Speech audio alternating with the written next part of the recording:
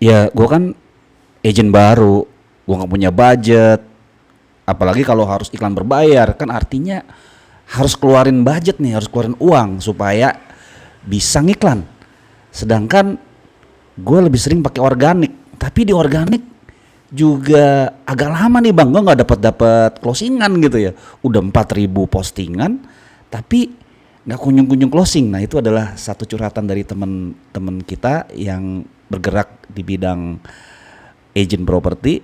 Nah kali ini kita akan bahas ya, sebenarnya gimana sih nih antara organik ya, artinya kita posting-posting secara natural yang kita kerjain sendiri, dengan yang paid traffic, artinya kita bayar iklan untuk dapetin traffic. Kita tonton video ini sampai habis, tapi tonton yang berikut ini dulu.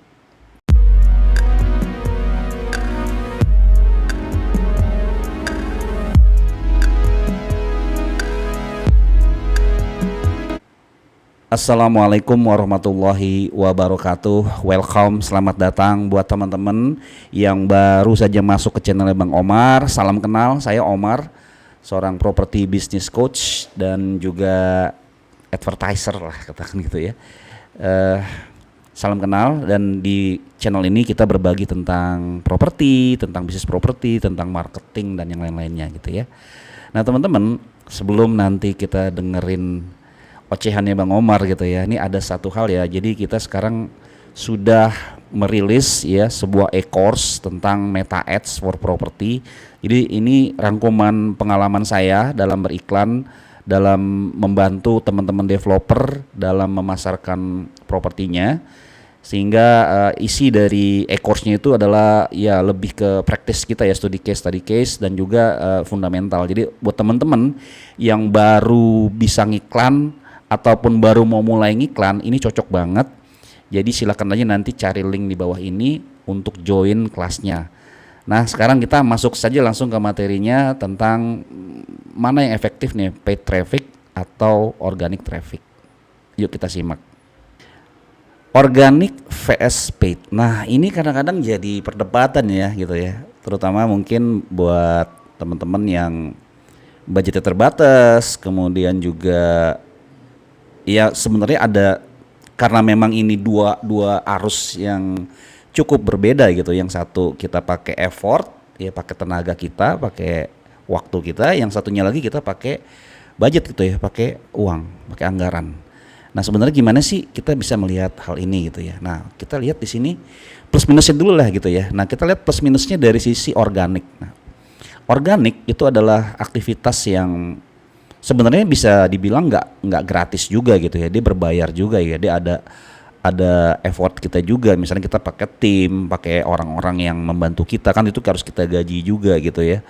Kecuali kita sendirian kerjanya gitu ya, itu pun kan harus ada listrik, harus ada internet, ada listrik, internet, terus juga makannya juga gitu ya. Jadi tetap ada biaya lah, mungkin nggak sebesar ketika kita menggunakan paid traffic, tapi tetap ada biaya yang harus dikeluarkan.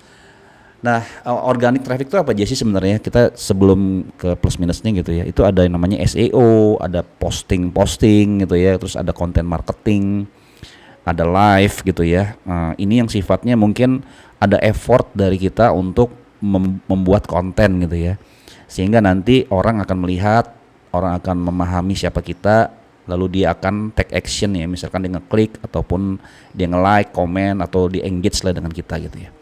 Nah plusnya dari si organik ini kita langsung masuk ya, itu adalah low budget atau bahkan bisa free gitu ya. Apalagi kita kalau dapat yang viral gitu ya, konten kita bagus ya, diterima algoritma, dia jadi viral. Nah itu bisa dibilang menjadi sebuah marketing yang free. Nah itu keren banget sebenarnya, organik itu kita bisa sampai ke level itu. Tinggal nanti bagaimana nanti teman-teman mengoptimasi konten-kontennya gitu ya. Nah lalu plusnya si organik itu sendiri adalah long term branding ya. Jadi dia kita gunakan untuk jangka panjang, karena jangan sampai kita iklan segala macam tapi kita nggak bangun organiknya gitu lah, sayang banget gitu ya. Karena dari situ nanti secara berkesinambungan kan orang akan berinteraksi dengan brand kita gitu ya. Lalu trust ya. Nah di organik itu akan memunculkan trust ya, kayak seperti saya ini bikin konten di YouTube ya, organik ya, karena saya tidak mengiklankan gitu ya, tapi kita lebih ke memposting, taruh di YouTube, kasih ke algoritmanya YouTube, nanti bisa ketemu, teman-teman cari di search-nya YouTube, terus akhirnya bisa nonton video ini. Nah, tapi karena secara natural dia akan trust-nya tuh akan lebih bagus gitu deh. Nah, cuma minusnya di organik tuh memang minusnya adalah text time sih ya. Text time-nya kita butuh konten, kita butuh ngedit segala macem. Belum lagi dioptimasi ya, kita riset dulu SEO-nya segala macem ya, ini text time lah. Lebih membutuhkan waktu lah ya. Belum nanti posting terus broadcast, terus nanti kita cek ya sejauh mana postingan kita ini bisa efektif gitu ya. Terus dia butuh konsistensi ya. Jadi kalau di organik itu dibutuhkan konsistensi, karena jangan sampai nanti ketika kita lagi optimasi terus tiba-tiba kita berhenti gitu lah, berhenti terus kita posting lagi, nah itu akan mengacaukan si algoritmanya, sehingga membuat menuntut kita untuk konsisten dan disiplin dalam mengoptimasi postingan kita. Nah, belum lagi nanti minusnya adalah ketika ada perubahan algoritma ya, kayak contohnya sekarang tuh kayak Instagram itu berubah banget ya algoritmanya. Facebook juga secara organik tuh drop banget ya, makanya tapi sekarang mulai lagi naik lagi ya, karena adanya FB Pro segala macem, organiknya mulai dinaikin lagi. Jadi kita harus pahami itu gitu ya, perubahan algoritma, dan ketika algoritma berubah maka strategi kita pun ikut berubah. Nah, sekarang kita plus minus dari sisi paid traffic ya. Paid traffic ini berbayar yang banyak sekali sekarang yang bisa kita pakai. Ada Meta Ads, Google Ads ya. Meta Ads itu Facebook atau Instagram Ads. Ada Google Ads, ada YouTube Ads, ada TikTok Ads ya, snack video, macam-macam lah gitu. Bahkan di marketplace pun juga kita bisa menggunakan yang berbayar gitu ya. Nah, kelebihannya apa kita menggunakan paid traffic ya? Kelebihannya adalah cepat, teman-teman. Kita cepet banget bisa dapetin data, kita bisa cepet ngambil keputusan, kita bisa tahu oh ini nggak works, ini nggak bagus gitu, terus yang ini yang bagus, kita bisa terusin. Nah, itu cepet banget data yang kita dapetin gitu ya. Lalu ditargeted ya, kita bisa custom gitu ya, bagaimana ada demografinya, mungkin ada usia, ada interest segala macam, behavior, itu kita bisa targeted banget gitu ya. Dan dengan paid ini ya kita bisa testing banyak hal dengan waktu yang cepat tadi gitu ya. Jadi kita testing banyak konten gitu ya, kita coba oh mana yang efektif, itu yang kita pakai gitu ya. Nah, cuma memang minusnya itu di paid traffic adalah kita perlu budget terencana ya. Jadi harus disiplin juga nih, punya budget, jangan sampai nanti belum dapetin winningnya, belum dapetin sesuatu yang bagus gitu ya, terus ikannya berhenti gitu loh, baru spend sedikit, wah belum ada hasil nih, terus langsung berhenti gitu. Nah, itu makanya perlu budget rencana. Nah, kemudian minusnya juga adalah kalau nih ya kita salah dalam setting, salah dalam strategi, itu salah-salah malah jadi boncos, artinya kita rugi ya, kita udah spend iklan tapi kita nggak dapetin hasil. Nah, kemudian sama juga kayak yang di organik tadi ya, kita bergantung kepada platform ya. Jadi ketika ya kayak contoh ya di Meta Ads gitu ya, dari Facebook Ads itu sering banget dia ada update ya, yang dulu bisa pakai misalkan pakai engagement aja udah oke gitu ya, sekarang harus pakai yang sales dan segala macam. Nah, itu semua bergantung kepada platform. Oke, terus nah ini jadi ternyata gini teman-teman, kalau dari saya sendiri saya menyarankan untuk do it paid first ya, gunakan yang berbayar dulu. Nah, kenapa harus yang berbayar terlebih dahulu? Yaitu adalah kecepatan dalam menganalisa data, teman-teman ya. Jadi kita bisa tahu audiens mana yang bagus ya, cepet tuh ya dengan iklannya. Kemudian iklan mana yang efektif. Jadi kita bisa testing beberapa materi iklan, konten mana yang menarik. Nah, kontennya yang misalkan modelnya video lah atau gambar atau carousel, itu kita akan cepet dapetin datanya. Nah, resultnya adalah hasilnya setelah punya data ini, kita bisa optimasi juga organiknya. Jadi ini akan berbarengan antara iklan kita secara paid dan juga secara organik. Dan memang saya dua-duanya nih harus dibangun, teman-teman ya. Kenapa? Karena kalau ketika kita iklan tapi organiknya nggak kita bagusin gitu ya, itu orang kan nanti akan lihat digital asset kita, misalkan website kita, terus ada Instagram, ada Facebook, ada YouTube gitu. Kalau nggak dioptimasi si organiknya, maka trust orang tuh akan berkurang gitu ya. Makanya ini dua-dua ini harus dijalankan secara berkesinambungan ya kalau brand kita mau bagus gitu loh. Kecuali kita mau hit and run ya, kalau mau hit and run lain lagi lah urusannya.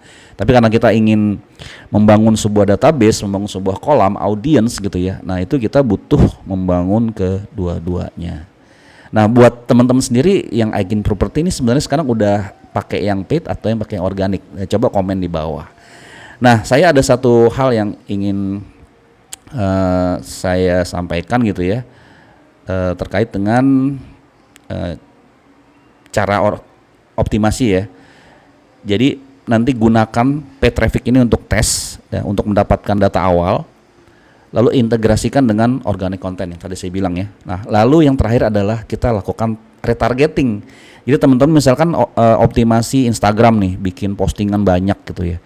Nah, terus kan di situ kita bisa lihat tuh ya, mana yang berinteraksi, mana yang akhirnya jadi follower kita ya, kemudian dia engage di situ. Nah, itu kan kita bisa bikin custom audience lalu kita retargeting, teman-teman. Jadi ini benar-benar kombinasi yang maut lah gitu kalau menurut saya gitu. Jadi kalau ada yang bilang udah cukup iklan aja, nggak usah organiknya dia apa-apain, nah itu juga nggak benar juga. Atau ada juga yang gue pakai organik aja deh, nggak perlu iklan ya, itu kan butuh effort, butuh waktu yang lama. Jadi better dua strategi ini dikombinasiin menjadi kombinasi maut.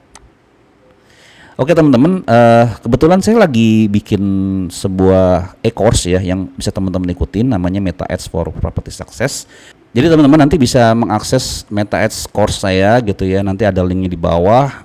Ini ada berapa modul ya, di sini kita ada sekitar 32 video, kemudian berapa modulnya, ada 10 lah ya, 10 modul. Kemudian juga kita ada bonus-bonusnya. Saya akan update terus materi-materinya terkait dengan Meta Ads untuk kita jual properti. Artinya ini Facebook Ads ya untuk teman-teman misalnya. Jadi kalau teman-teman mau upgrade ilmunya ya silakan nanti cari aja linknya di bawah. Kita tunggu di kelas. Thank you, sukses buat semuanya. Wassalamualaikum warahmatullahi wabarakatuh.